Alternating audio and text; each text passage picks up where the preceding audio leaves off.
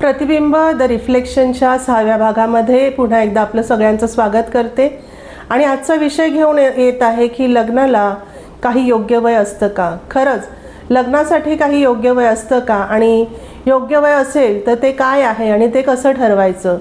तर आपण आज जे समाजात बघत आहोत की लग्नाचं कोणतंही वय राहिलं नाही आहे, लग्न करण्यासाठी कोणतीही वयाची मर्यादा राहिलेली नाही आहे.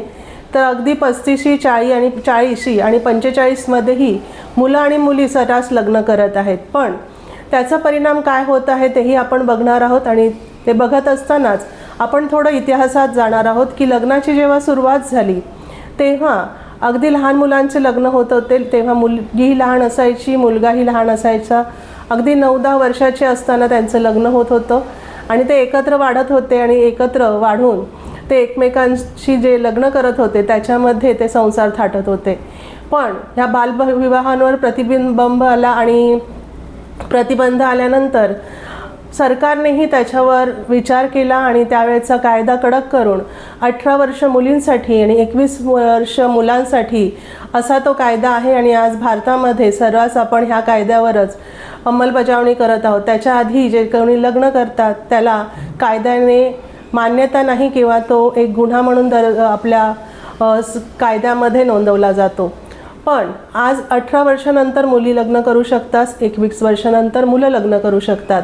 पण तरीही आपल्याला बघायला मिळतं की सर्रास ह्या जनरेशनमध्ये मुलं अगदी 35मध्ये 40 आणि 45मध्ये लग्न करत आहेत.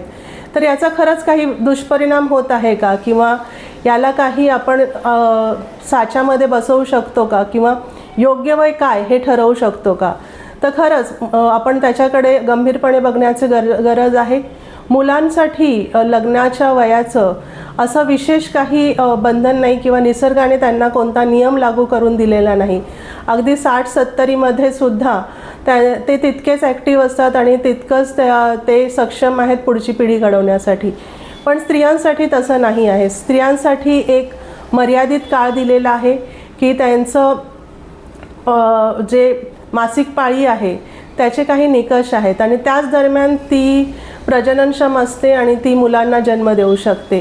त्यामुळे तुम्ही जे आपण सर्रास बोलतो की मासिक पाळी ही येण्याचं वय हे अगदी 10-12 वर्षापासून सुरू होतं, ते 45 वर्ष 50 वर्षापर्यंत ती असते आणि तेवढ्याच वयात तिचे हार्मोन्स आणि जी पुढची पिढी घडवण्यासाठी लागणाऱ्या गोष्टी आहेत त्या तिच्यामध्ये सक्षम असतात. पण जरी तो काळ तेवढा असला तरी तिचा जो मेन काळ आहे तो 25 ते 30 वयापर्यंत, जास्तीत जास्त 35च्या वयापर्यंत ती खूप प्रजननक्षम असते आणि पुढच्या पिढीला ती सहज जन्म देऊ शकते.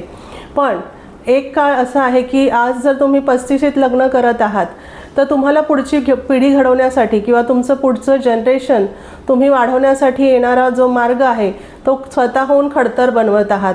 आणि आपण बघत आहोत की आजकाल समाजामध्ये मुलं न होणं, अगदी दोघेही फिट आहेत, दोघंही अगदी योग्य सगळे रिपोर्ट्स आहेत तरी त्यांना मुलं होत नाहीत. कारण वय वाढलेलं आहेत, हार्मोन डिस्टर्ब झालेले आहेत आणि जे सक्षम किंवा सुदृढ मूल जन्म देण्यासाठी जे शरीर लागतं ते आज तिथे नाही आहे. आणि उशीर लग्न करण्यामुळे हे सगळे हार्मोन्स स्त्रीच्या जीवनामध्ये डिस्टर्ब झालेले आहेत. आणि याच्यावरच आपण थोडा विचार करणं गरजेचं आहे की ह्याला काहीतरी कालमर्यादा असणं गरजेचं आहे की लग्नासाठी योग्य वय ठरवणं गरजेचं आहे. आपण सर्वच आज शिक्षणाच्या युगामध्ये आहोत आणि सगळ्यांना माहिती आहे की आपल्याला जेव्हा पेपर लिहायचा असतो, आपण परीक्षेमध्ये जातो तर 100 मार्काच्या पेपरसाठी आपल्याला 3 तासच दिलेले असतात आणि 3 तास झाल्यानंतर आपल्याकडून तो पेपर काढून घेतला जातो. आपल्याला लिहिण्याची परवानगी नसते.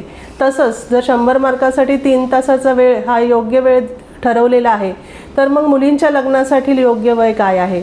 तर नक्कीच मुलींच्या लग्नासाठी 25 ते 28 वय, जास्तीत जास्त 30 वयापर्यंत हे मुलींसाठी योग्य वय आहे. कारण त्यावेळेस त्या पुढच्या पिढीसाठी जन्म देण्यासाठी किंवा पुढची पिढी घडवण्यासाठी अगदी सक्षम असतात.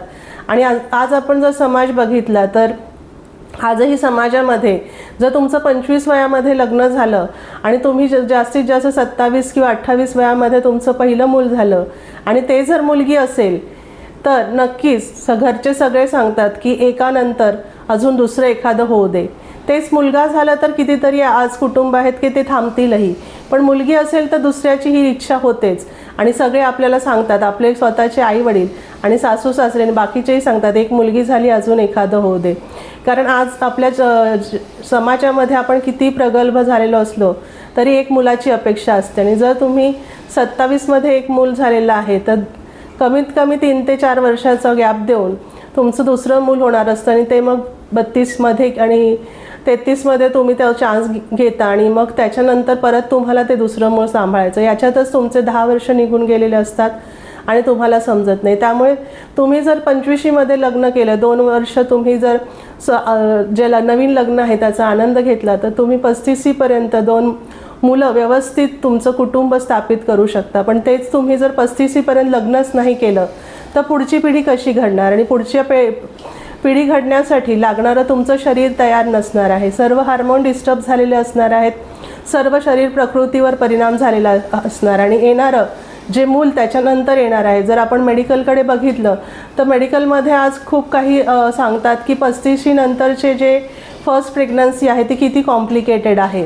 प्रत्येक महिन्याला तुम्हाला टेस्टला सामोरे जावं लागतं, तुम्हाला सोनोग्राफीज करावे लागतात, कितीतरी बिफोर आफ्टर टेस्ट तुम्हाला सजेस्ट केल्या जातात आणि त्याच्यामध्ये तुम्ही त्रस्त होऊन जाता.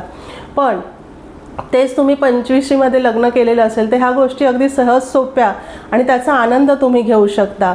आणि उशिरा लग्न केल्यामुळे तुमच्या शरीरावर तर परिणाम होणारच आहे, पण दुसरं गोष्ट अशी आहे की ती वेळ साधली जाणार नाही आहे, तुमची वेळ निघून गेलेली असणार आहे. जी योग्य वय होतं लग्नाचं आणि पुढची पिढी घडवण्याचं ते तुम्ही अगदी त्याचं वाट बघण्यामध्ये वेळ घालवलेला आहे. आणि मला तुम्हाला सांगू द्या, आपण खूप वेळा असं म्हणतो की नंतर थोडं थांबतो नंतर, पण नंतर करता करता ट्रेन सुटून जाते.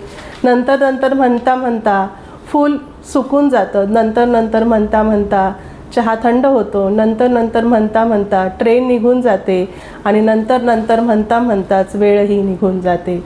तर मुलींनो आणि मुलांना दोघांनाही हेच सांगणं आहे, योग्य वयात लग्न करा.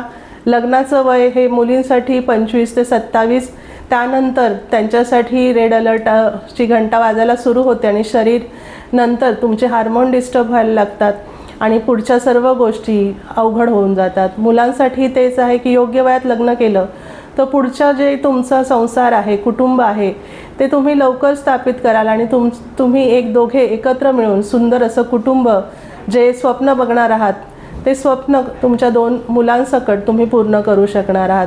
तर म्हणूनच नंतर म्हणता वेळ घालवण्यापेक्षा योग्य वयात लग्न करा आणि योग्य वयात आपलं कुटुंब स्थापित करा. आपल्याला हे चॅनल आवडत असेल तर नक्कीच लाईक करा, सबस्क्राईब करा आणि नक्कीच कमेंट करा आणि बेल आयकॉनवर क्लिक करा की जेणेकरून जेव्हा नवीन व्हिडिओ येतील तुमच्यापर्यंत ते पहिले पोचतील. धन्यवाद.